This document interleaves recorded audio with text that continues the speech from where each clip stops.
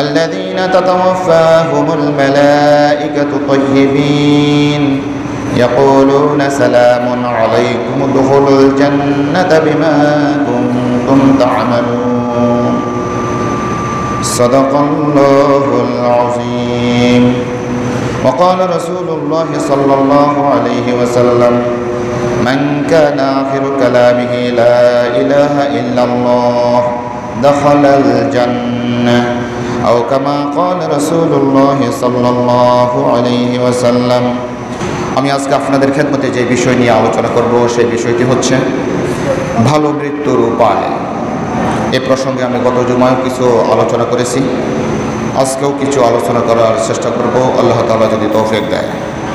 সম্মানিত আমার দিনী ভাইরা, আপনারা সবাই অবগত আছেন যে আমাদের যে শরীর, এই শরীরটা যদিও আমরা বলি যে মাটির শরীর, কিন্তু আল্লাহ তাআলা আমাদের শরীরকে 4টা উপাদান দিয়ে তৈরি করেছেন: আগুন, পানি, মাটি, বাতাস।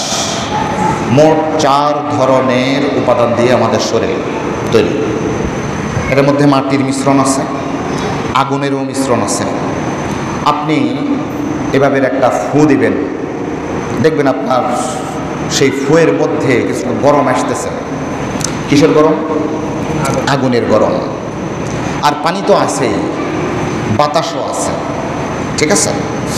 তো আগুন, পানি, মাটি, বাতাস এগুলো আমাদের যে বস্তু জগৎ, যেগুলোকে বস্তু বলা হয়, এগুলো তৈরি হচ্ছে আমাদের পৃথিবীর যে উপাদান আছে এই উপাদান দিয়ে তৈরি। আমাদের যেহেতু শরীরটা গঠিত হয়েছে মোট 2 ধরনের জিনিস দিয়ে, একটা হচ্ছে এই আগুন, পানি, মাটি, বাতাস বস্তুগত জিনিস দিয়ে, আরেকটা জিনিস আছে সেটি হচ্ছে রূহ। কি? রূহ, আত্মা, যেটা বিজ্ঞানের পরিভাষায় আপনি এটাকে বস্তু বলতে পারেন না। বিজ্ঞান, যারা বিজ্ঞানী বর্তমান সময়ের নাস্তিকবাদী যারা বিজ্ঞানী, এরা বলে যে পরকাল বলতে কিছু নাই, আল্লাহ বলতে কিছু নাই, রাসূল বলতে কিছু নাই, জান্নাত জাহান্নাম বলতে কিছু নাই, কেননা এটা বস্তু নয়, এটা দেখা যায় না। সুতরাং আমরা যেটাকে দেখি না সেটাকে বিশ্বাস করি না। কিন্তু আমি আপনাকে জিজ্ঞাসা করি যে আমাদের শরীরের মধ্যে যে রূহটা রয়েছে, এই রূহ কি দেখা যায়? তাহলে যিনি এই কথাটা বলছেন যে যেটা দেখি না সেটাকে আমি বিশ্বাস করি না, তাহলে ওনার নিজের অস্তিত্বই তো নাই, নিজের অস্তিত্বই তিনি অস্বীকার করলেন। আচ্ছা, তাহলে মক্কার সেই কিছু প্রশ্নকারী আল্লাহ রাসূলকে জিজ্ঞেস করছিলেন যে আমরা তো আমাদের শরীরটাকে দেখতেছি, এই রূহটা কি, রূহ জিনিসটা কি, এটা জিজ্ঞেস করেছিলেন। ইয়াসআলুনাকা আনির রূহ কুলির রূহু মিন আমরি রাব্বি। তারা জিজ্ঞেস করে, হে রাসূল আপনাকে, যে রূহ জিনিসটা কি, আপনি বলুন। তোমাদের মাথায় সেটা ধরবে না, একবারে সহজ একটা কথা বলে দাও, মিন আমরি রাব্বি, আল্লাহর একটা আদেশ। ব্যাস, আল্লাহর একটা আদেশ, রূহ রয়েছে। আবার এই রূহটা যেদিন আল্লাহ রাব্বুল আলামিন বলবেন হ্যাঁ বন্ধ হয়ে যাও, স্টপ হয়ে যাও, সেদিন স্টপ হয়ে যাবে। সেদিন স্টপ হয়ে যাবে। আমাদের সমাজের মধ্যে একজন ব্যক্তি মারা গেল, ধরুন নাম হচ্ছে আব্দুল্লাহ, ধরে নেওয়া যাক যে আব্দুল্লাহ সাহেব যখন অসুস্থ হলেন, অসুস্থ হওয়ার পর ওনাকে অ্যাম্বুলেন্সে করে ঢাকা ফিজি হাসপাতালে নিয়েছেন। ঢাকা ফিজি হাসপাতালে নেওয়ার পর তিনি সেখানে মারা গেলেন। এদিক দিয়ে বাড়িতে, গ্রামে পাবলিসিটি হচ্ছে যে জনাব আব্দুল্লাহ সাহেব মারা গিয়েছেন। ওনার লাশ অ্যাম্বুলেন্সে করে আসতেছে, ওনার জানাজা হবে আজ বিকেল 5টায়।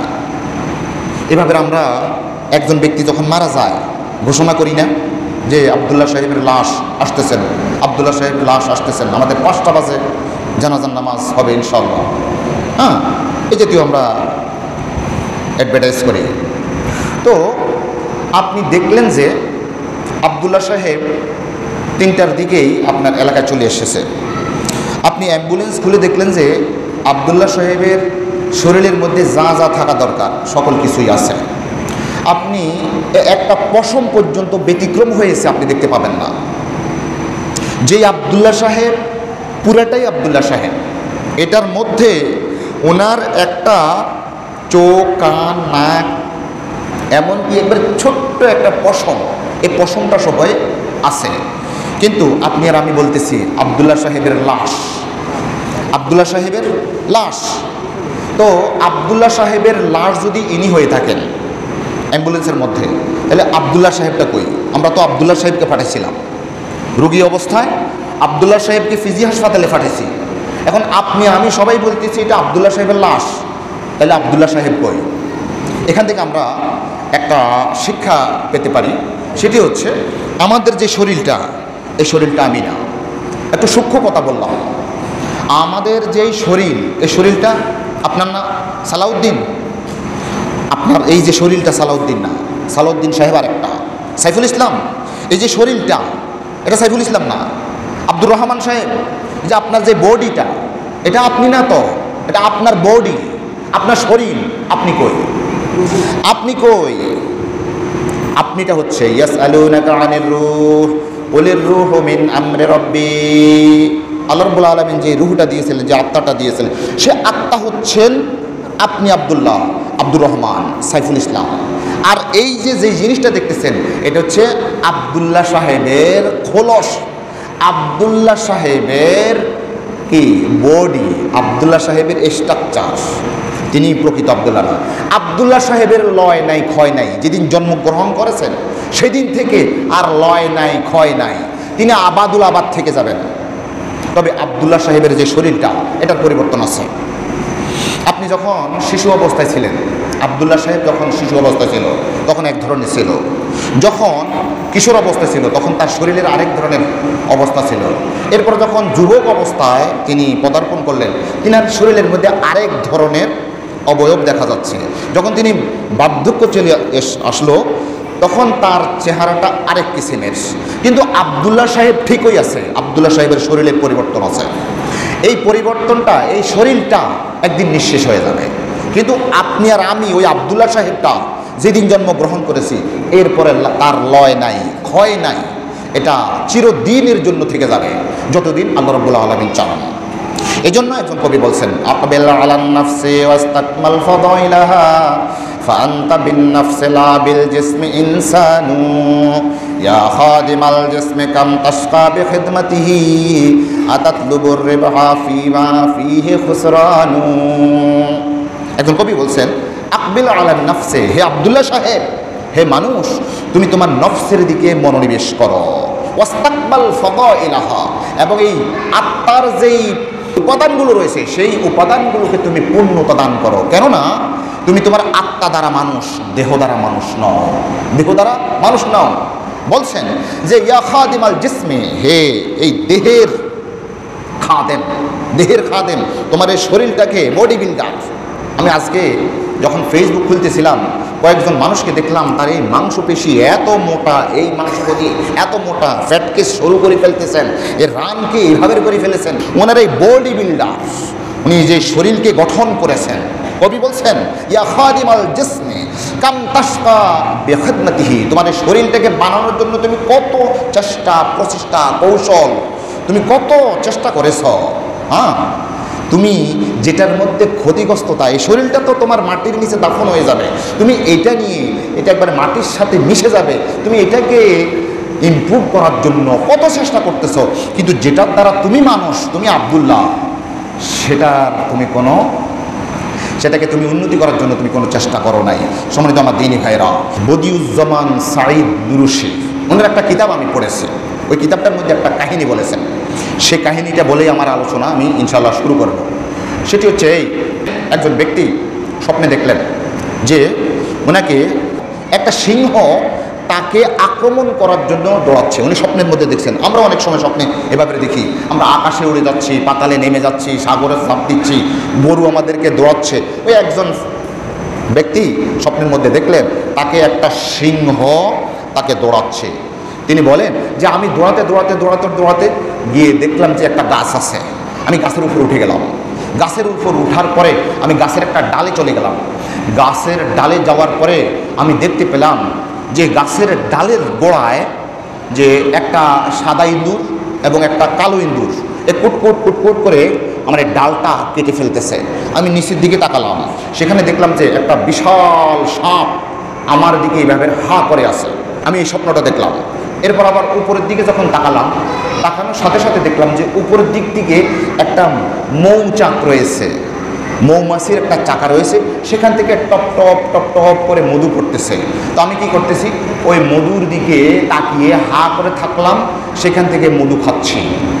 আমাকে যে একটা সিংহ দৌড়াচ্ছিল, সেই সিংহ যে আমার গাছের নিচেই বসে আছে এবং নিচে যে একটা সাপ এভাবে হা করে আছে, আমি বেমালুম ভুলে গেলাম আমি ওই রস খাইতেছি, আমি মধু খাইতেছি। এভাবে আমার চোখ ভেঙে গেল, ঘুম ভেঙে গেল। ঘুম ভাঙার পরে আপনার কাছে এসেছি, জনাব আপনি আমাকে এই স্বপ্নের একটু তাবিরটা করেন। তখন ওই লোকটা ছিল একজন আল্লাহর ওলি মানুষ। তিনি বললেন, হ্যাঁ তুমি খুব সুন্দর একটা, তোমার জীবন নিয়ে সুন্দর একটা স্বপ্ন তুমি দেখেছ। তুমি যেই সিংহটাকে দেখছো তোমাকে দৌড়াচ্ছে, এটা হচ্ছে মালাকুল মউত। এটা হচ্ছে কি, মালাকুল মউত প্রতিনিয়ত তোমাকে দৌড়াচ্ছে। তুমি গিয়ে আশ্রয় নিয়েছো একটা গাছের মধ্যে, একটা ডালের মধ্যে। এই ডালটা হচ্ছে তোমার জীবন।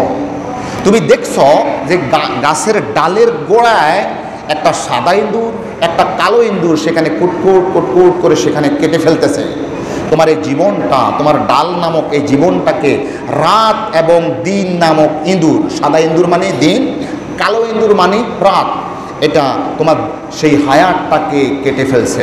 আর ওই যে তুমি দেখতেছো নিচের দিকে হা করে আছে বড় একটা সাপ, সেটি হচ্ছে কবর। তোমাকে প্রতিনিয়ত তোমাকে তার পেটে ঢুকানোর জন্য সে হা করে আছে। কবর সব সময় তোমাকে পাওয়ার জন্য, তার পেটের মধ্যে ঢুকানোর জন্য সে হা করে আছে। আর তুমি যে উপরের দিকে তাকিয়ে আছো, তাকিয়ে থেকে তোমার ওই গাছের নিচে যে একটা সিংহ বসে আছে, আজরাইল মালাকুল মউত, তার কথা ভুলে গিয়েছ। কবর নামক সেই সাপ যে এইভাবে হা করে আছে তুমি ভুলে গিয়েছ। উপরের দিকে তুমি মধু খাচ্ছ, সেই মধুটা হচ্ছে দুনিয়ার মধ্যে তুমি যে লোভ লালসা, তোমার যে উপার্জন, যে সুখ সমৃদ্ধি, তোমার টাকা পয়সা ধন দৌলত, তোমার যে যে ভালো কিছু তুমি অর্জন করছো, এগুলো দুনিয়ার এই সব কিছু তোমাকে তোমার সেই মৃত্যু সম্পর্কে ভুলিয়ে রেখেছে, কবর সম্পর্কে ভুলিয়ে রেখেছে। অথচ এই দিক দিয়ে তোমার হায়াতটা নিঃশেষ হয়ে যাচ্ছে। সম্মানিত আমার দিনী ভাইরা, আমার আলোচনার বিষয় হচ্ছে এই যে ভালো মৃত্যুর উপায়। ভালো মৃত্যুর উপায় আমরা সবাই, আমি গত সপ্তাহে বলেছি, এমন একজন মানুষ নাই যারা আমরা মারা যাব না। হ্যাঁ, মারা যাব না, কিন্তু সেই মৃত্যুটা শিয়াল জানোয়ারের মতো, পশু পাখির মতো যেন না হয়ে ভালো মৃত্যু যেন হয়, এই আলোচনা আমি গত সপ্তাহে করতেছিলাম। সম্মানিত আমার দিনী ভাইরা, যে ভালো মৃত্যুর কিছু আলামত রয়েছে। আমার মূল আলোচনার মধ্যে চলে যাচ্ছি। ভালো মৃত্যুর কিছু কি রয়েছে, আলামত রয়েছে। ধরুন, ভালো মৃত্যুর আলামত, আপনি মৃত্যুর সময় কালেমা পড়তে থাকা, পড়তে পারতেছেন, এই জিনিসটা হচ্ছে আপনার ভালো মৃত্যুর একটা আলামত। আল্লাহ রাসূল আলাইহিস সালাতু ওয়াস সালাম বলছেন, মান কানা আখিরু কালামিহি লা ইলাহা ইল্লাল্লাহ দাখালাল জান্নাহ, যেই ব্যক্তির সর্বশেষ কথা এটা হবে যে লা ইলাহা ইল্লাল্লাহ দাখালাল জান্নাহ, সে জান্নাতের মধ্যে প্রবেশ করবে। একজন ব্যক্তির সারা জীবনের সর্বশেষ কথা হবে লা ইলাহা ইল্লাল্লাহ। আল্লাহ রাসূল কি বলছেন, দাখালাল জান্নাহ। তাহলে এটা হচ্ছে একটা ভালো মৃত্যুর আলামত। হজের ইহরাম বাঁধা অবস্থায় আপনি যদি মারা যান, তাহলে এটি হচ্ছে ভালো মৃত্যুর আলামত। আল্লাহ রাসূল আলাইহিস সালাতু ওয়াস সালাম বলছেন, মান মাতা ফি সাবিলিল্লাহি ফাহুয়া শাহীদুন আল হাজ্জু ফাইন্নাহু ইউবআসু ইয়াওমাল কিয়ামাতি মুলাব্বিয়ান। একজন হাজী সাহেব ইহরাম অবস্থায় মারা গিয়েছে। আল্লাহ রাসূল বলছেন, তিনি যে ইহরাম অবস্থায় মারা গিয়েছেন, এই ইহরাম অবস্থায় তিনাকে হাসর নসর করানো হবে। বলুন না সুবহানাল্লাহ। তাহলে এটা হচ্ছে একটা ভালো মৃত্যুর উপায়, ভালো মৃত্যুর একটা আলামত। আপনি ইহরাম অবস্থায়, হজ করা অবস্থায়, উমরা করা অবস্থায় আপনি মারা যাচ্ছেন, এটা হচ্ছে একটা ভালো মৃত্যুর আলামত। এরপরে তিনটা কাজ এমন রয়েছে, এই কাজগুলোর করার পর যদি আপনি মৃত্যুবরণ করেন, আল্লাহ রাসূল আলাইহিস সালাতু ওয়াস সালাম বলছেন এটা হচ্ছে ভালো মৃত্যুর আলামত। মান ক্বালা লা ইলাহা ইল্লাল্লাহ ইবতাগা ওয়াজহিল্লাহ খুতিমা লাহু বিহা দাখালাল জান্নাহ। এক ব্যক্তি লা ইলাহা ইল্লাল্লাহ বলছেন, বলার পর আর অন্য কোনো কাজ করেন নাই, খুতিমা বিহা, এটা দিয়েই তিনি তিনার জীবনের কাজ শেষ করেছেন, দাখালাল জান্নাহ।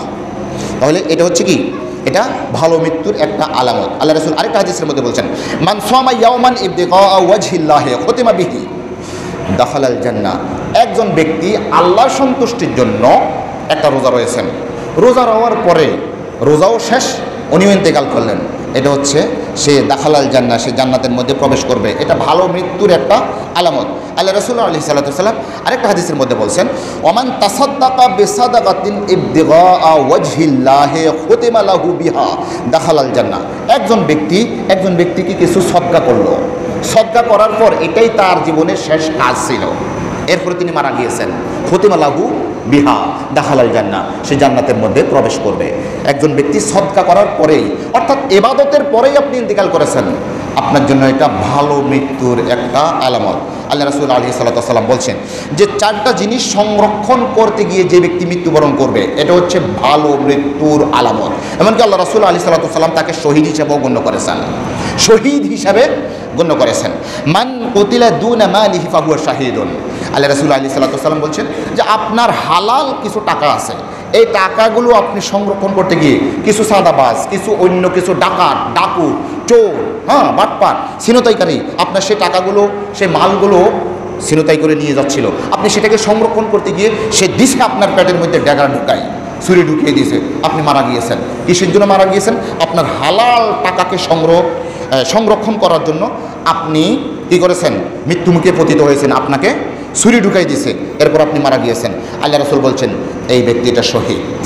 বলুন না সুবহানাল্লাহ। তাইলে সম্পদ, নিজের সম্পদ সংরক্ষণ করতে গিয়ে যদি মারা যায় তাহলে এটাও ভালো মৃত্যুর একটা আলামত। আল্লাহ রাসূল শহীদ হিসেবে গণ্য করেছেন। আচ্ছা, আরেকজন ব্যক্তি, তার পরিবারের উপর আক্রমণ হচ্ছে, একদল লুটেরা এসে তার পরিবারের মধ্যে কি আক্রমণ করতেছে, তিনি তার ফ্যামিলিকে সংরক্ষণ করার জন্য তাদের সাথে ফাইট করেছেন, এই ফাইট করতে গিয়ে তিনি মারা গিয়েছেন। আল্লাহ রাসূল বলছেন তিনিও শহীদ। বলুন না সুবহানাল্লাহ। মান কুতিলা দুনা আহলিহি ফাহুয়া শাহীদুন। আল্লাহ রাসূল বলছেন যে ব্যক্তি তার পরিবারকে সংরক্ষণ করার জন্য, টিকানোর জন্য প্রতিপক্ষের সাথে লড়াই করতে গিয়ে মারা গিয়েছেন, ইনিও শহীদ। আল্লাহ রাসূল আলাইহিস সালাতু ওয়াস সালাম বলছেন যে যেই ব্যক্তি তার দ্বীনকে টিকানোর জন্য মারা গিয়েছেন, তার দ্বীন নিয়ে চলাচল করতে আর পারছেন না, আরেকজনে তাকে আক্রমণ করেছে, এই ব্যক্তিটা শহীদ। এ ভালো মৃত্যুর আলামত। মান কুতিলা দুনা দীনিহি ফাহুয়া শাহীদুন। যে ব্যক্তি তার দ্বীন রক্ষার্থে আরেকজন তাকে মেরে ফেলেছে, সে দ্বীনের জন্য লড়াই করেছে, ফাহুয়া শাহীদুন। এরপরে যে ব্যক্তি নিজের জীবন রক্ষার্থে, আরেকজন তাকে আক্রমণ করার জন্য এসেছে, এখন এটা প্রতিহত করতে গিয়ে তার নিজের জীবনটাকে রক্ষা করার জন্য সে প্রচেষ্টা করতেছিল, এই মুহূর্তে তাকে আক্রমণ করে তাকে মেরে ফেলেছে, এও শহীদ। মান কুতিলা দুনা দামিহি ফাহুয়া শাহীদুন। আল্লাহ রাসূল আলাইহিস সালাতু ওয়াস সালাম বলছেন 3টা জিনিসের মাধ্যমে কেউ যদি মৃত্যুবরণ করে, 3টা জিনিসের মাধ্যমে যদি মৃত্যুবরণ করে তাহলে সে শহীদ বলে গণ্য হবে। আল্লাহ রাসূল আলাইহিস সালাতু ওয়াস সালাম বলছেন আত-তাউরু শাহাদাতুন লিকুল্লি মুসলিম। একজন ব্যক্তি প্লেগ রোগে মারা গিয়েছে, আমরা যদি এটাকে মহামারী ধরতে পারি, কিছুদিন আগে আমাদের 2000 সালে কি হয়েছিল না, এটা করোনা ভাইরাসে যিনি মৃত্যুবরণ করেছেন, তবে হ্যাঁ শর্ত হচ্ছে ঈমান থাকতে হবে। যিনি করোনা ভাইরাসে মারা গিয়েছেন, আল্লাহ রাসূলের এই জবান, আল্লাহ রাসূলের সেই হাদিস দ্বারা আমরা প্রমাণ করতে পারি তিনি শাহাদাতের মৃত্যুবরণ করবেন। তাউনু শাহাদাতুন লিকুল্লি মুসলিম। আল্লাহ রাসূল আলাইহিস সালাতু ওয়াস সালাম বলছেন যে বসন্তের মাধ্যমে যদি মারা যায় তাহলে এটাও কি শহীদি মৃত্যু। কাতলুল মুসলিমে শাহাদাতুন ওয়া তাউনু শাহাদাতুন ওয়াল মারআতু ইয়াকতুলুহা ওয়ালাদুহা জামাআ শাহাদাতুন ওয়াসাল্লু শাহাদাতুন। আল্লাহ রাসূল আলাইহিস সালাতু ওয়াস সালাম বলছেন যে একজন ব্যক্তি বসন্ত রোগে মারা গিয়েছে, সে শহীদ। একজন মহিলা, সে সন্তান যখন জন্ম দিচ্ছে, জন্ম দিতে গিয়ে, প্রসব করতে গিয়ে ওই মহিলাটা মারা গিয়েছে, আল্লাহ রাসূল বলছেন এই মহিলাও শহীদ। আমরা তো মনে করি যে ধর্মযুদ্ধে গিয়ে মারা গিয়েছি, ব্যাস এটাই হচ্ছে শহীদ, আমরা মনে করি, কিন্তু না, আল্লাহ রাসূল আলাইহিস সালাতু ওয়াস সালাম আরও অনেকগুলো অপশান রেখেছেন যেগুলোতে যদি আমরা মারা যাই তাহলে শাহাদাতের মৃত্যু আমাদের হবে। এমনকি একজন মহিলা, সে সন্তান জন্ম দিতে গিয়ে মারা গিয়েছে, তিনিও কি হবেন? শহীদ হবেন, শাহাদাতের মর্যাদা পাবেন। আল্লাহ রাসূল আলাইহিস সালাতু ওয়াস সালাম বলছেন পেটের অসুখে যদি মারা যায় কেউ, ধরুন দাস্ত হতে হতে এমন অবস্থা হয়ে গেছে, তিনি দাস্তের মাধ্যমে কি হয় না এইভাবে পেটের অসুখে তিনি মারা গিয়েছেন, আল্লাহ রাসূল বলছেন তিনিও শহীদ। মান মাতা ফিল বাতনি ফাহুয়া শাহীদুন। আল্লাহ রাসূলের কথা হচ্ছে ঠিক এমন যে যেই ব্যক্তি পেটের অসুখ নিয়ে মারা গিয়েছে তিনি শহীদ হবেন। এরপর আল্লাহ রাসূল আলাইহিস সালাতু ওয়াস সালাম আরও কতগুলো অপশান দিয়েছেন, এগুলো হচ্ছে ভালো মৃত্যুর আলামত, এমনকি শাহাদাতের মৃত্যু। যেমন তিনি বলেছেন পানিতে ডুবে যদি কেউ মারা যায় তিনি শহীদ, আগুনে পুড়ে যদি মারা যায় তিনি শহীদ, তারপরে পাহাড় ধসে যদি মারা যায় তখন তিনিও শহীদ। হাদিস হচ্ছে এই আর শুহাদাও খামসাতুন। আল্লাহ রাসূল একটা হাদিসের মধ্যে বলছেন শহীদ হচ্ছে 5 শ্রেণীর লোককে শহীদ হিসেবে গণ্য করা যাবে। এক নম্বর হচ্ছে আল মাতউনু, যিনি প্লেগ রোগে মারা যাবেন তিনি শহীদ। ওয়াল মাবতুনু, 2 নম্বর হচ্ছে যিনি পেটের অসুখ নিয়ে পেটের অসুখে মারা গিয়েছেন তিনি শহীদ। ওয়াল গরকু শাহীদুন। ওয়াল গরক, নদী পথে যাচ্ছেন, সমুদ্রের পথে যাচ্ছেন, সাগরের মধ্যে সে জাহাজ ডুবে গিয়েছে, নৌকা ডুবে গিয়েছে, ভেলা ডুবে গিয়েছে, বন্যায় ডুবে গিয়েছে, আল্লাহ রাসূল আলাইহিস সালাতু ওয়াস সালাম বলছেন ওয়াল গরকু শাহীদুন, যেই ব্যক্তি পানির মধ্যে নিমজ্জিত হয়ে মারা যাবে, ঈমান থাকতে হবে কিন্তু সত্য এটা, তিনি যদি পানির মধ্যে নিমজ্জিত হয়ে মারা যান তাহলে শহীদ। ওয়া সাহিবুল হাদামি শাহীদুন, আরেকজন ব্যক্তি ধরুন পাহাড়ি এলাকার মধ্যে প্রবল বন্যা হয়েছে, ঢল হয়েছে, বৃষ্টি হয়েছে, সেই বৃষ্টিতে পাহাড় ধসে গিয়ে, অনেক সময় আমাদের সংবাদপত্রের মধ্যে আমরা শুনতে পাই যে চট্টগ্রামের মধ্যে পাহাড় ধসে গিয়ে অমুক ফ্যামিলি অতজন মানুষ মারা গিয়েছে, আল্লাহর রাসূলের ভাষায় তাদের যদি ঈমান থাকে তাহলে তারা কি শহীদ, তাহলে তারা কি শহীদ। এমনকি আল্লাহর রাসূল আলাইহিস সালাতু ওয়াস সালাম বলছেন যেই ব্যক্তি আগুনে পুড়ে মারা যাবে সেই ব্যক্তিও শহীদ। আমরা আশাবাদী যে মাইলস্টোন হাই স্কুল এবং কলেজের মধ্যে, হাই স্কুল অ্যান্ড কলেজের মধ্যে যে সকল কচিকাঁচা সোনামণিরা, যুবক ভাইয়েরা, কিশোর ভাইয়েরা কত মর্মান্তিকভাবে ইন্তেকাল করলেন, আল্লাহ রাব্বুল আলামিন ওনাদেরকে শাহাদাতের মৃত্যু দান করুন, আমরা বলি আমিন। ইস, কত নির্মম, কত নির্মম। আপনি কি মনে করতেছেন? ওদের ছুটি হয়ে যাচ্ছে, প্রায় ছুটি হয়েও গিয়েছে, নাকি ছুটি হয়েও গিয়েছে, ওই দিক দিকে একটা প্লেন এসে এখানের মধ্যে ক্রাশ করবে, এখানের মধ্যে পতিত হবে, এটা কে বা জানতো? ঠিক না? তারা তো হাসি খুশির মধ্যে, খেলাধুলার মধ্যে হয়েছে, কিছুক্ষণ পরেই তারা যাচ্ছে কোথায়? তাদের ফ্যামিলির কাছে। কিন্তু আল্লাহ রাব্বুল আলামিন নির্ধারণ করে রেখেছেন তাদের মৃত্যু এখানেই হবে। ইন্নাল মানায়া ইয়াত্তালি'না আলাল ইনাসিল আমিনিনা ফাতাদারুহুম শাত্তা ওয়া ক্বাদ কানু জামিআন ওয়াফিরিনা। আপনার মৃত্যুটা এমনভাবে চলে আসবে, আপনি হাসি খুশি কি খেলার মাঠের মধ্যে রয়েছেন, অফিস আদালতের মধ্যে রয়েছেন, আপনার কর্মব্যস্ততার মধ্যে রয়েছেন, সবাই হাসি খুশি, আপনার কিন্তু আজরাইল আলাইহিস সালাম বলছেন চলো চলো আমার সাথে চলো, তখন সঙ্গে সঙ্গে সেখানে তিনি লুটে পড়তেছেন। কি এভাবে দেখতেছেন না? হ্যাঁ, গান গাইতেছে, সবাই তালি দিচ্ছে, কিন্তু যিনি গান গাচ্ছেন, আমি যেটি একটা ভিডিও দেখেছিলাম, উনি গান গাচ্ছেন, গাওয়ার পরে এই গাওয়ার মধ্যেই তিনি কি পড়ে যাচ্ছেন। আমি দেখতেছি একজন আলেম সাহেব তিনি হাদিসের দার্স দিচ্ছেন, দিতে দিতে এই হাদিসের দার্সের মধ্যেই পড়ে গেছেন। আমি এক জায়গায় জাগির ছিলাম, ওই যে চৌমুহনির পাশে, তিনি ইমামতি করতেছিলেন, এভাবে তিনি বক্তব্য দিচ্ছেন, বক্তব্য দিতেই আমার জাগিরওয়ালা মুরব্বী মানুষ, তিনি আলেম ছিলেন, এভাবে খোতবা দিচ্ছেন, খোতবা দিতে দিতে তিনি এই খোতবার মধ্যেই পড়ে গেলেন। এভাবে আমার আর আপনার মৃত্যু এভাবেই হয়ে যাবে, ঠিক না? আমাদের সবার চেষ্টা করতে হবে যে আমরা ভালো মৃত্যু কিভাবে পেতে পারি। এবারে শুনেন, আমি আপনাদেরকে আরেক ধরনের কিছু কথা বলবো। এখন যেগুলো বলেছি সেটা হচ্ছে ভালো মৃত্যুর আলামত। এবার আমরা কিভাবে ভালো মৃত্যু কি করতে পারি, ভালোভাবে মৃত্যুবরণ করতে পারি। আপনি যদি তাওহীদ এবং ঈমানের উপর অটল থেকে যদি আপনি মৃত্যুবরণ করতে পারেন তাহলে এটা হচ্ছে ভালো মৃত্যুর উপায়। আপনার জীবন চলে যাবে, আপনি তাওহীদের উপর, রিসালাতের উপর, আখিরাতের উপর, ঈমানের উপর অটল থেকে, আপনি অটল এবং অবিচল থেকে যদি আপনি মারা যান, এটা হচ্ছে আপনার ভালো মৃত্যুর উপায়। আপনার আর আমার যদি ভালো মৃত্যু যদি আমরা চাই তাহলে তাওহীদ, রিসালাত, আখিরাত তথা তাওহীদ এবং ঈমানের উপর অটল অবিচল থাকতে হবে, তাহলে আমাদের ইনশাআল্লাহ ভালো মৃত্যু হবে। এরপর হচ্ছে নিয়মিত নামাজ আদায় করতে হবে, তাহলে আপনার ভালো মৃত্যু হবে। এটা আশা করা যায় যে আপনার আর আমার ভালো মৃত্যু হবে। আপনি যদি সদা সর্বদার মধ্যে তওবা এবং ইস্তিগফারের মধ্যে যদি থাকেন তাহলে আমরা আশাবাদী যে আমাদের ভালো মৃত্যু হবে।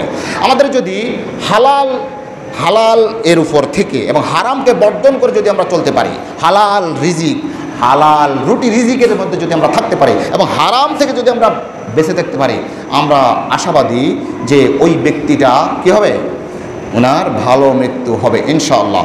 আরেকটা জিনিস হচ্ছে দুনিয়ার আশাকে একটু কমাইতে হবে, দুনিয়ার আশা আকাঙ্ক্ষাটাকে একটু কমাইতে হবে। হ্যাঁ, দুনিয়াতে আপনি কতদিন থাকবেন, আপনার আশা শেষ নাই। এই ওয়াজটা অবশ্য আপনাদেরকে করতেছি, আমি আমার নিজের জন্যই করতেছি। হ্যাঁ, সাইফুল ইসলামের জন্যই আমি এই ওয়াজটা করতেছি যে আমাদের আশা আকাঙ্ক্ষা কতদিন পর্যন্ত আমরা বেঁচে থাকবো।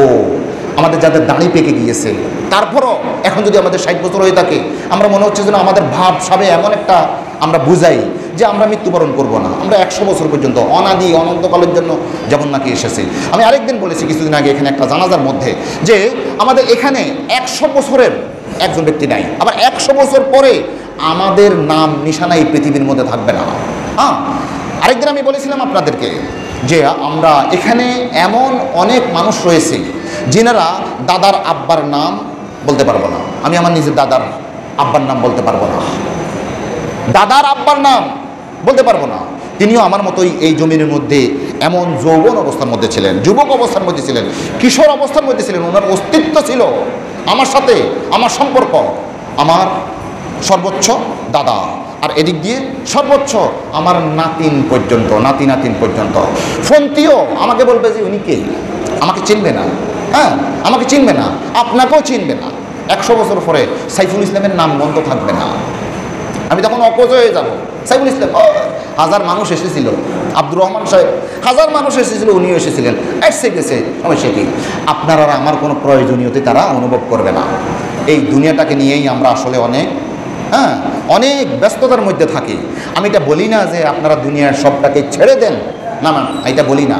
আমি বলছি আপনার আর আমার যদি ভালো মৃত্যুর উপায় যদি আমরা পেতে পারি, তাহলে দুনিয়ার আশাটাকে একটু কমাতে হবে। হ্যাঁ, দুনিয়ার আশাটাকে একটু কমাতে হবে। এরপরে আরেকটা জিনিস যদি আমরা করতে পারি, তাহলে আমাদের ভালো মৃত্যুর উপায় বলে গণ্য হবে। সেটি হচ্ছে মৃত্যুর স্মরণ এবং কবরের চিন্তা। এই জিনিসটা যদি আমাদের সব সময়, আল্লাহ রাসূল আলাইহিস সাল্লাতু ওয়াস সাল্লাম বলছেন, আকসিরু যিকরা হাযিমিল লাজ্জাত আল মাউত, সকল ধরনের আনন্দ আয়েশকে বিনষ্টকারী একটা জিনিস রয়েছে মৃত্যু। সেই মৃত্যুটাকে তোমরা একটু বেশি বেশি করে স্মরণ করো। আপনি স্মরণ করুন, আসলে আমার আব্বা কই, দাদাও গেছে, বাবাও গেছে, কেউ তো ফিরে আসলো না, প্রাণের বিবি চলিয়া যাবে আর তো ঘরে আসবে না, প্রাণের ছেলে চলিয়া যাবে আর তো আব্বা ডাকবে না।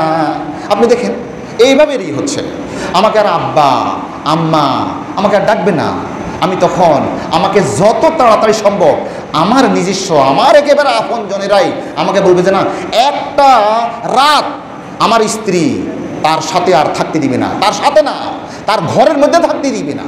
বলবে যে আপনারা তাড়াতাড়ি এই জিনিসটাকে আপনারা কি দাফনের ব্যবস্থা করেন। ওনার সাথে থাকবে না, কত অন্তরঙ্গ একসাথে জীবনযাপন করেছে 60-70 বছর, এখন আর একটা রাতের জন্য থাকবে না। ইমাম সাহেব আর মুয়াজ্জিন সাহেবকে বলবে যে হুজুর আজকে সারা রাত একটু লাশটাকে একটু আপনারা পাহারা দেন। ইমাম সাহেব আর মুয়াজ্জিন সাহেব সেখানে কোরআন তেলাওয়াত করবে, মানে ওয়াইফ আর কাছে রাখতে চাইবে না, ঠিক না? এভাবে আমার জন্য যা আপনার জন্যই তা, এই কথাগুলো আমি সর্বজনীনভাবে বলছি।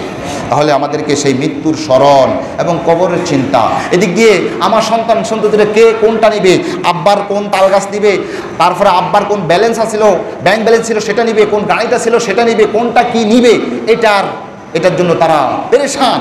অথচ আমাকে বড়ই পানির গরম পানি দিয়ে আমাকে গোসল দিচ্ছে, আমার শরীর সবটা রেজার হয়ে গেছে, আমাকে সেখানে কবরের মধ্যে দাফন করা হবে, সেখানে মুনকার নকিরের সওয়াল জবাব হবে। আরে কত আমি কষ্টের মধ্যে চলে যাচ্ছি, আর ওইদিক দিয়ে দুনিয়ার মধ্যে আমার সন্তান সন্ততি, আমার যারা ওয়ারিসান রয়েছে, তারা আমার সেই সম্পদগুলো কে কোনটা নিবে, কোন উৎকৃষ্ট জিনিসটা কে নিবে, এটার জন্য ফাটাফাটি লেগে দিয়েছে। আর সব সময় একটা জিনিস করতে হবে, সব সময় দোয়া করতে হবে, আল্লাহ আপনি আমাকে ভালো মৃত্যু দেন, আল্লাহ আপনি আমাকে ভালো মৃত্যু দেন। সবচাইতে ভালো মৃত্যু হচ্ছে শাহাদাতের মৃত্যু, সবচাইতে ভালো মৃত্যু হচ্ছে শাহাদাতের মৃত্যু। এটা হচ্ছে ভালো মৃত্যুর উপায়ের একবারে উৎকৃষ্টতম একটা জায়গা। আল্লাহ রাসূল আলাইহিস সালাতু ওয়াস সালামের উপর ওহী আসলো, ওয়ালা তাহসাবান্নাল্লাযীনা কুতিলু ফী সাবিলিল্লাহি আমওয়াত বাল আহইয়াউন ইনদা রাব্বিহিম ইউরযাকুন। তোমরা শহীদি অবস্থায় যারা মারা যায়, তোমরা যারা সর্বসাধারণ রয়েছো, তাদেরকে তোমরা মৃত্যু হয়ে গেছে এটা মনে করিও না, বরং বাল আহইয়াউন ইনদা রাব্বিহিম ইউরযাকুন, বরং তারা জীবিত, আল্লাহর কাছ থেকে সরাসরি তারা রিজিক প্রাপ্ত হয়।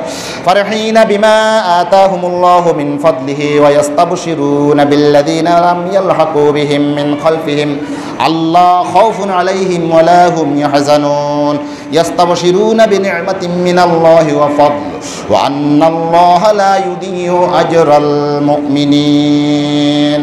তারা সেখানে চির অনন্ত যৌবনা হিসেবে, চির উৎপন্ন হিসেবে তারা জান্নাতের মধ্যে তারা সেখানে ফাঁকি হয়ে তারা উড়বে। বলুন না সুবহানাল্লাহ।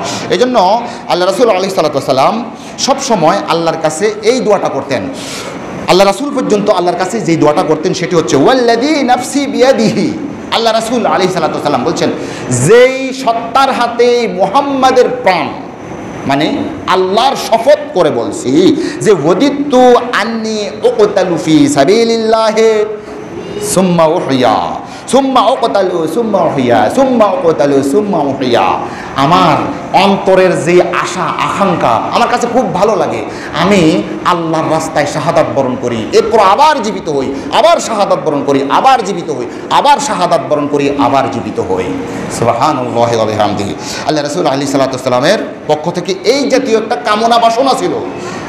হযরত ওমর রাদিয়াল্লাহু তাআলা আনহু তিনি বলতেন যে আল্লাহুম্মা রযুকনি শাহাদাতান ফি সাবিলিক, হে আল্লাহ আপনার রাস্তায় আমাকে শহীদ হয়ে মৃত্যুবরণের তৌফিক দিন। বলুন না সুবহানাল্লাহ। আর আর আমাকে আপনার রাসূলের যে শহর, সেই শহরের মধ্যে মৃত্যু হওয়ার তৌফিক দিন, কেননা এটা হচ্ছে সর্বোত্তম সর্ব উৎকৃষ্ট মৃত্যু। এজন্য আবু লুলু নামক একজন নরপিশাচ রাসূল করিম সাল্লাল্লাহু আলাইহি সাল্লামের সেই প্রিয় খলিফা ওমর রাদিয়াল্লাহু তাআলা আনহু, অর্ধ জাহানের যিনি খলিফা ছিলেন, সেই ওমর রাদিয়াল্লাহু তাআলা আনহুকে শাহাদাত বরণ করে দিয়েছেন। সর্বশেষ একটা হাদিস বলেই আমার আলোচনা শেষ করব। আল্লাহ রাসূল আলাইহিস সালাতু ওয়াস সালাম বলেন যে আল্লাহর রাস্তায় জিহাদ করতে গিয়ে, ইসলামী আন্দোলন করতে গিয়ে যিনি শাহাদাত বরণ করবেন তার জন্য মোট 6টা বিশেষ ধরনের ফজিলত থাকে। এক নম্বর হচ্ছে লিশাহিদি ইনদাল্লাহি সিত্তু খিসালেন। একজন শহীদ ব্যক্তি ইসলামী আন্দোলন করতে গিয়ে মৃত্যুবরণ করেছেন, অনিসলামিক কোনো শক্তির পক্ষ থেকে আক্রান্ত হয়ে মৃত্যুবরণ করেছেন, ঈমানের সাথে শাহাদাত বরণ করেছেন, তার মোট 6 ধরনের ফজিলত রয়েছে। এক নম্বর হচ্ছে ইউগফারু লাহু ফি আউয়ালি দাফাতিন, ইউগফারু লাহু আউয়ালু দাফাতিন ওয়া ইউরা মাকআদাহু মিনাল জান্নাহ। তখন যাকে শাহাদাত বরণ করানো হচ্ছে, যিনি শহীদ হচ্ছেন, শহীদ হওয়ার সাথে সাথেই সর্বপ্রথম যে রক্তটা পড়তেছে, রক্ত পড়ার সাথে সাথে তাকে ক্ষমা করে দেওয়া হয় এবং জান্নাতে তার স্থানকে দেখিয়ে দেওয়া হয়। এক নম্বর ফজিলত একজন শহীদের। 2 নম্বর ফজিলত হচ্ছে ওয়ায়ুজারু মিন আযাবিল কবর।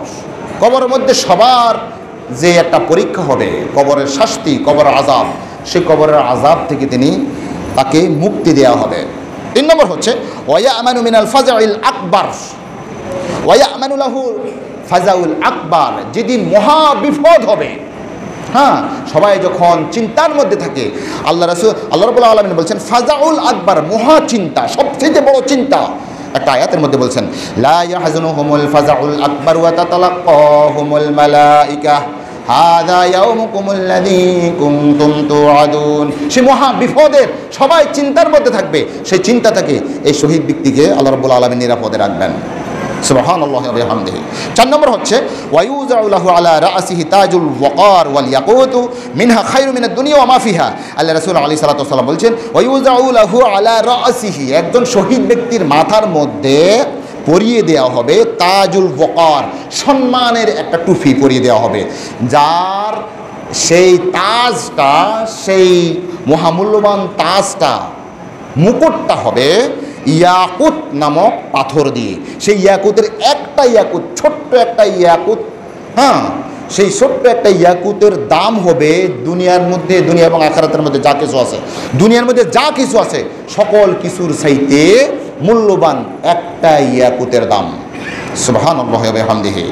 5 নম্বর হচ্ছে ওয়ুজাওয়াজু ইসনাইনি ওয়া সাবঈনা যাওজাতান মিনাল হুরিল আইন।